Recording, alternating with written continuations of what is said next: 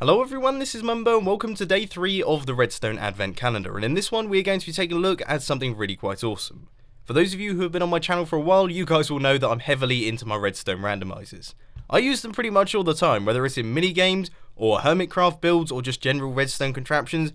I think these things are some of the most useful parts of Minecraft Redstone.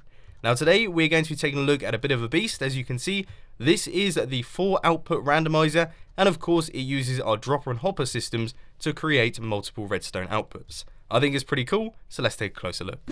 Now the input for this system is right on this block. As you can see, we've got a button on top, and if we give that button a press, you can see we get ourselves a redstone output.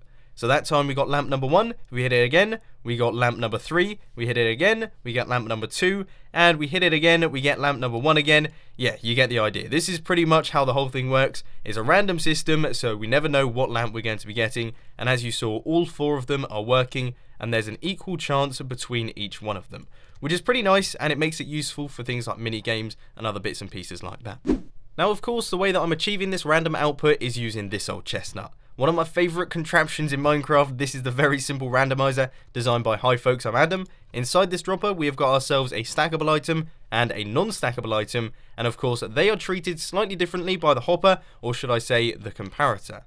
A stackable item will only give a signal strength of 1, whereas a non-stackable item will give a signal strength of 3 because it takes up more space in the hopper. So if you hit this button right here, you can see that time it was the stackable item, then that time we got the non-stackable item.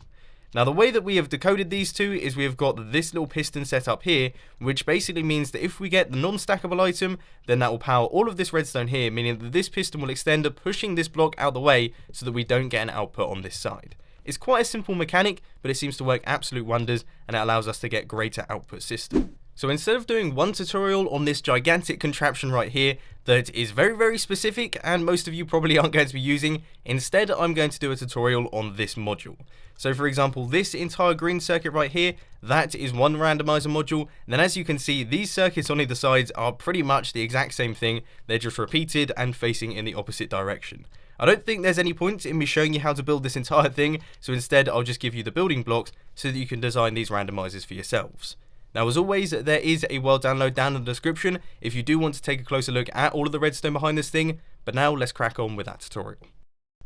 So you want to get things started with a 4x5 area. The first thing you want to do is chuck a dropper down there and fill that with a stackable item and also a non-stackable item.